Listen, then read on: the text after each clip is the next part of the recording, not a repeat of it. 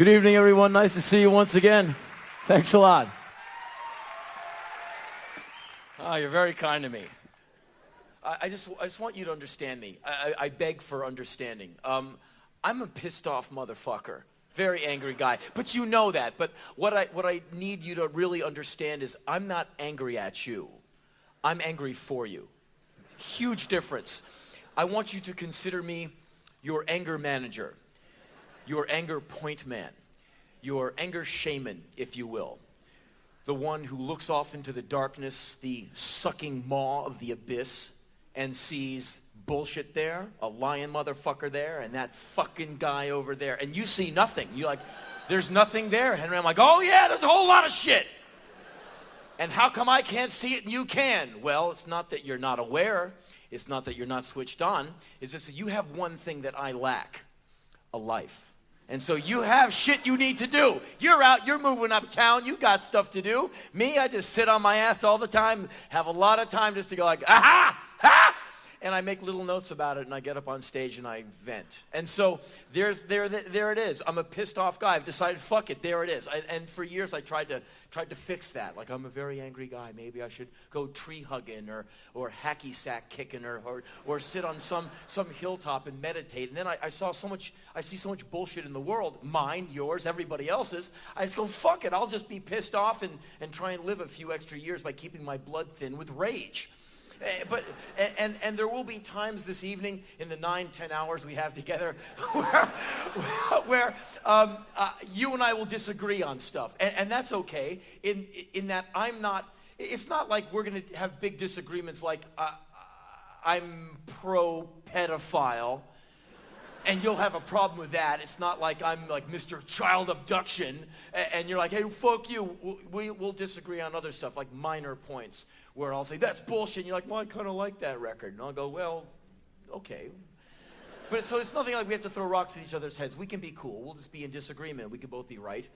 But I'm louder than you for now. So there it is. And so I have found people around me, people who are like my age, ancient, they seem to be mellowing out as they get older. Their asses are expanding, and they're getting in touch with the Sting catalog, and they're just really embracing kind of like a more suburban, mellowed out kind of existence. And I just seem to get more and more pissed off as I go. And maybe that's just, maybe I'm just against the curve. Because the last time I was here, I just hit 40, which was interesting, becoming like a bona fide adult. And now I'm 42. And it's interesting, you hit 42, it's not really a relevant age. It's just what happens after 40 after a while. And it's interesting now, because my shit has entirely changed. My face has changed to such a degree that when I go into countries and they hold my passport up and look at my face on the passport and look at the face that I've got on my skull right now, they're like, come with us. I go, what? Like, you're an imposter. You're not that guy. This guy has brown hair. You're gray. You're shriveled up. You're old. And they have to, look, he has a lower intestine. We knew it. Come on in. And so everything has changed. And you hit 42, people don't even ask you what your age is. They just look at you and they go, oh, you're ruined. You're like, yeah, because it's so many things at age 42, so many things are over. And when you're a young guy and you're heterosexual, you're young and you're checking out women, you can't help it. Every woman, every girl looks good to you, and you're just checking them out. And you stand there and they're parading by, and you know, summertime, it's looking good, everyone's kind of half dressed, and you're like, all right. And women see you, the young guy, checking out their ass or whatever bit of pudenda, you look it up, whatever bit of the naughty bits that you're interested in, and they take it as kind of a compliment. Even if they don't dig you, they dig the fact that you're kind of going like, You hear my tribal drum beat of my heart. That's for you, baby. You know, and you can kind of, there they go. And these women walk by and they go, oh, look, that weird motherfucker fancies me. Oh, cool. And they don't feel threatened by it. They kind of go, yeah, well, he's never going to get it. But still, it's kind of nice, you know. And then you hit 42, and you kind of change. And you still have interest in women. And then you look at them, and the way my face sits on my skull now, I can no longer look at them, leer, is the operative word now. I look at him, and I'm trying to be unthreatening. Everyone looks at women. Women look at women. I mean, women are poetry in motion as they walk by. And so it's a nice day. The women are walking by, and I'm looking like, gosh, shucks, gee whiz, mama. You know, and they're going by. I'm rated G. I'm not trying to hurt anybody. I'm just looking. But the way my face sits on my skull at age 42, it is a leer. And as much as I'm trying to be like, it comes off like...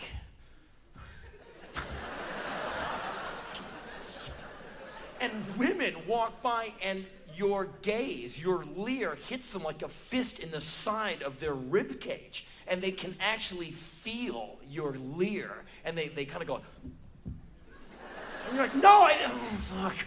I go, there's a horrible lech over there. He's leering at me. You're cuffed and taken away. I wasn't leering. You're leering, you bastard. You're 42-year-old you. And so that's it for me. I'm one of those guys who looks at women now, leers at them, and wonders if I'm old enough to be their father. That's the weird thing. At my age, you clock women like, could I be your father? Oh, God. And what does that make you when you look at women that you could be the father of? That makes you some kind of weirdo lech who should have a trench coat and no pants on. Hey, check this out. You ever seen one of these? I mean, yeah. And so I am not like that. But I'm kind of being shoved into that. And so at age 42, I no longer fondle women. I grope them. Come here! I no longer date women. I abduct them. I use cunning. I use stealth. Roofies. Duct tape. Stacks of 20s. I get out of the ATM, and my new and only pickup line I've ever had, I drive down streets in Los Angeles and wave the stack of 20s I got out of the ATM at any woman standing on any street corner. Hey! Get in! I'm not a cop! And so...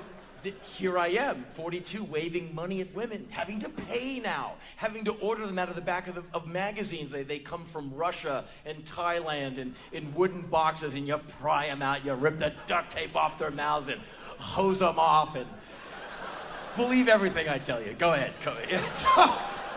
And so anyway, there it is. You know, I'm 42 and I'm just pissed. And like I said, not at you.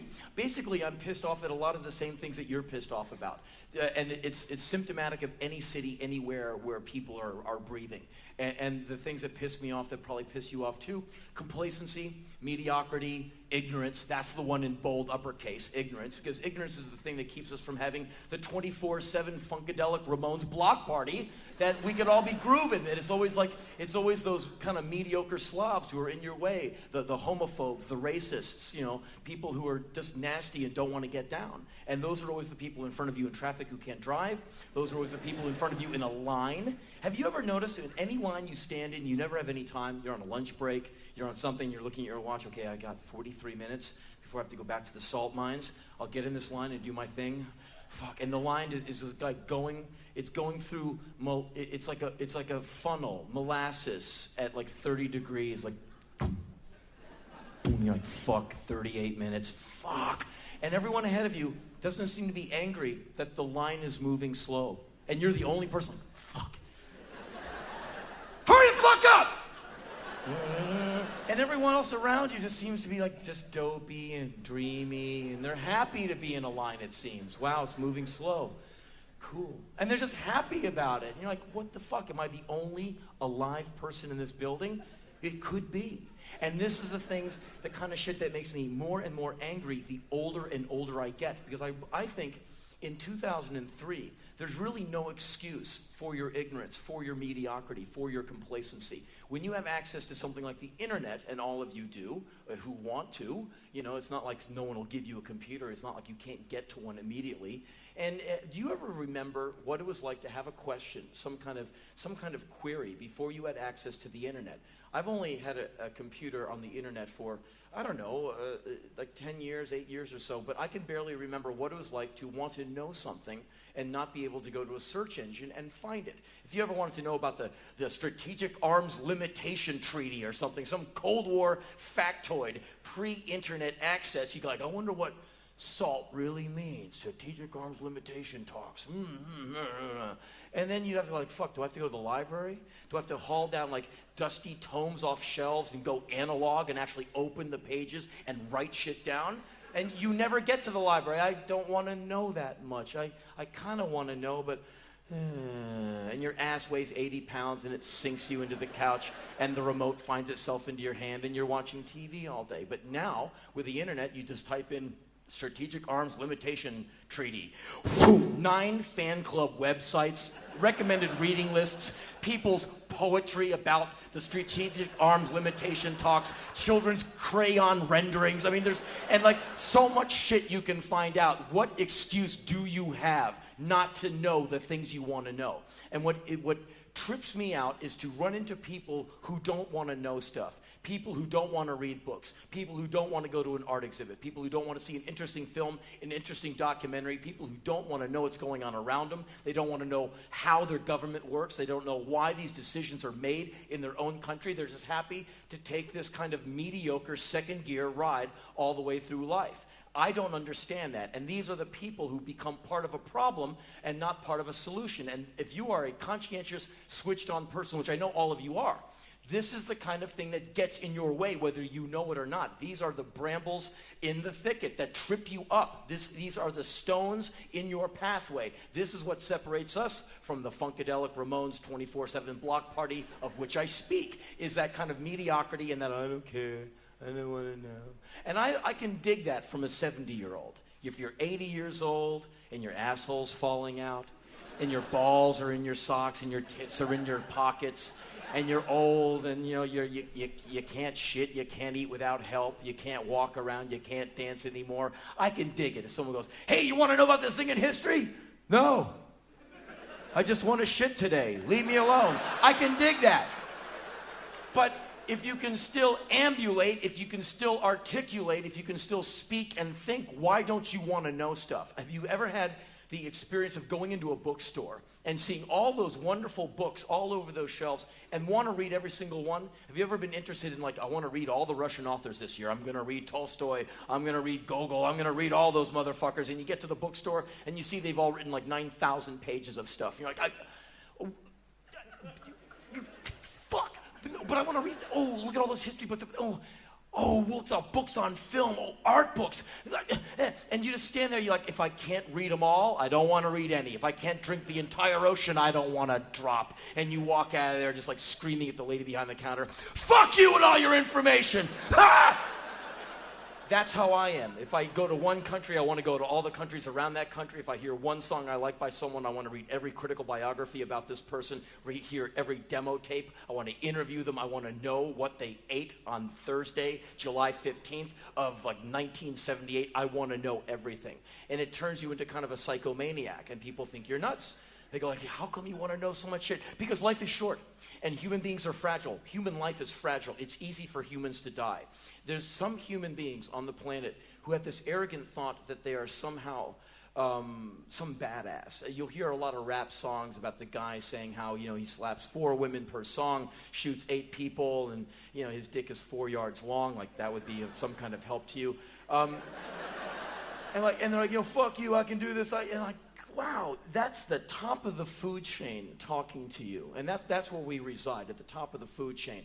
And all of you, you're Australian. I mean, come on, you know about aspects of nature that can kill your ass. And that's why you can understand this, because you live in a country where you must hail and respect and fear Mother Nature. You go swimming, we might not see your ass again. You go camping over here, a crocodile goes like, ha, lunch, wham, gone. The snakes you have in this country, they bite you, you get 4 steps, your fucking heart stops, your lungs collapse, you're like, ah, boom, you're dead. You all know this. Every 3rd TV show on Australian television is a documentary about crocodiles or sharks, because they want every visiting person, don't go in the water here, do what the lifeguard tells you, stay behind the fucking net, don't go over there, it's not a log, it's a crocodile, it's eating your own fucking family, you tourist, you. And where I come from, where I live in Los Angeles, the only thing you have to look out for is like lawyers, boob jobs. They'll give them to you in your sleep if you're not careful. You know, and some kind of mugger. You don't have to be worried about like, A shark! Not really, because the sharks won't come into the California coastline because they don't want to eat condoms and floating garbage. They stay away. They stay away so they can eat clean seals. And so I reckon that human beings should be more humble and realize that life is really delicate and really precious.